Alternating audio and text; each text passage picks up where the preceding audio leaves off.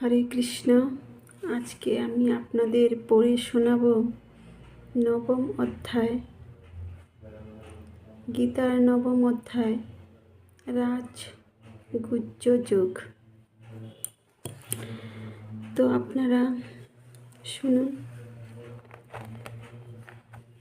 পত্রম পুষ্পম ফলম তোয়ম য মে ভক্তা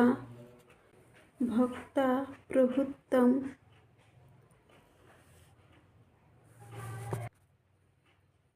অস্বামী প্রযত্তাত্মন। অনুবাদ হচ্ছে, যে বিশুদ্ধ চিত্তে নিষ্কাম ভক্ত ভক্তি সহকারে আমাকে পত্র পুষ্প ফল ও জল অর্পণ করে, আমি তার সেই ভক্তিফুল্লিত উপহার প্রীতি সহকারে গ্রহণ করি। তাৎপর্য হচ্ছে, বুদ্ধিমান মানুষের পক্ষে ভগবানের অপ্রাকৃত প্রেমময় সেবা নিয়োজিত হয়ে কৃষ্ণ ভাবনাময় হওয়া আবশ্যক। তার ফলে শাশ্বত সুখের জন্য চিরস্থায়ী আনন্দময় ভগবত ধাম লাভ করা যায়। এই প্রকার বিস্ময়কর ফল লাভ করার পদ্ধতি অত্যন্ত সহজ এবং এমনকি অত্যন্ত দরিদ্রতম ব্যক্তিও কোনো রকম যোগ্যতা ছাড়াই এর অনুশীলন করতে পারে। এটি লাভ করার পক্ষে একমাত্র যোগ্যতা হচ্ছে ভগবানের শুদ্ধ ভক্ত হওয়া। আর কার কি পদমর্যাদা অথবা তার স্থিতি কি, তাতে কিছু আসে যায় না। পন্থাটি এতই সহজ যে অকৃত্রিম প্রেম ভক্তি সহকারে এমনকি একটি পত্র অথবা একটু জল অথবা ফল পরমেশ্বর ভগবানকে অর্পণ করা যেতে পারে এবং ভগবান তা গ্রহণ করে সন্তুষ্ট হন। তাই কৃষ্ণ ভাবনামৃত থেকে কেউ বাদ পড়তে পারে না, কারণ এটি অতি সহজসাধ্য ও সর্বজনীন।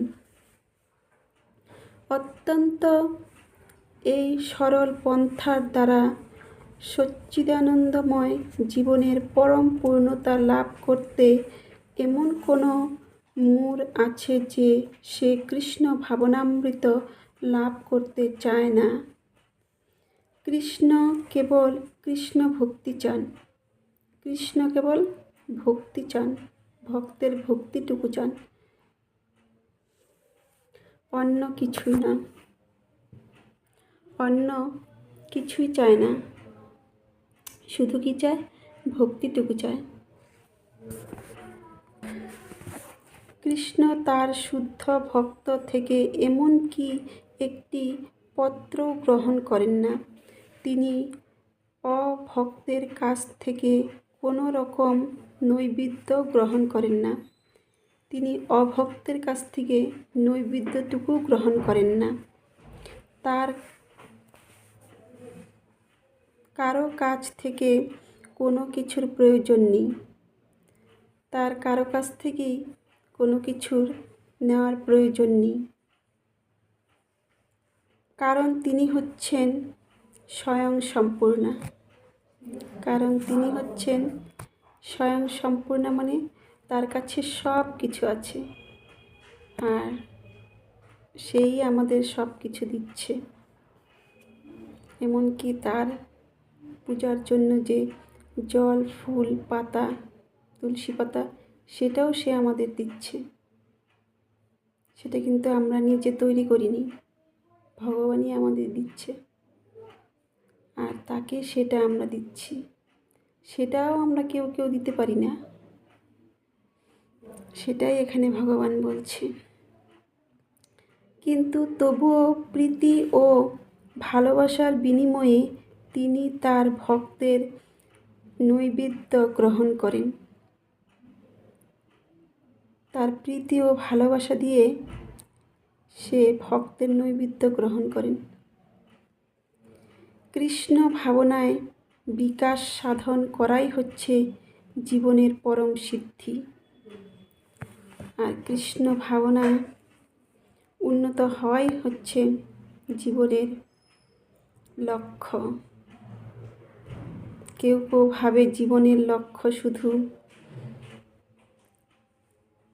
বড় হওয়া, যেরকম চাকরি বাকরি করে বড় হওয়া, সেটাও কেউ না কেউ জীবনের লক্ষ্য, সেটাও হতে হবে, সেটারও দরকার আছে। আবার ভক্তিরও দরকার আছে ভগবানকে পাওয়ার জন্য।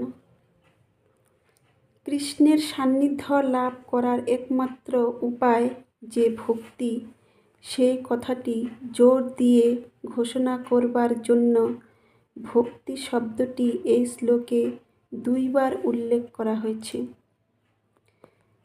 কৃষ্ণের সান্নিধ্য লাভ মানে কৃপা লাভ করার জন্য যে ভক্তির দরকার হয়, সেটাই ভগবান এই শ্লোকে 2 বার বলেছেন। ভক্তি না হলে ভগবানকে পাওয়া যাবে না। আর ভক্তরাই শুধু জানতে পারে ভক্তির মাধ্যমে যে কত আনন্দ পাওয়া যায়। তাই ভক্তরা সবসময় ভগবানকে নিবেদন করেই আহার গ্রহণ করেন, আর সেই আহার গ্রহণ করেই তারা পরম আনন্দ পান।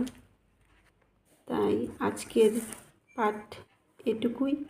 আপনাদের যদি ভালো লাগে তাহলে কমেন্ট করবেন, শেয়ার করবেন অন্যদের কাছে, আর কমেন্টে জানাবেন কেমন লেগেছে আপনাদের। হরে কৃষ্ণ।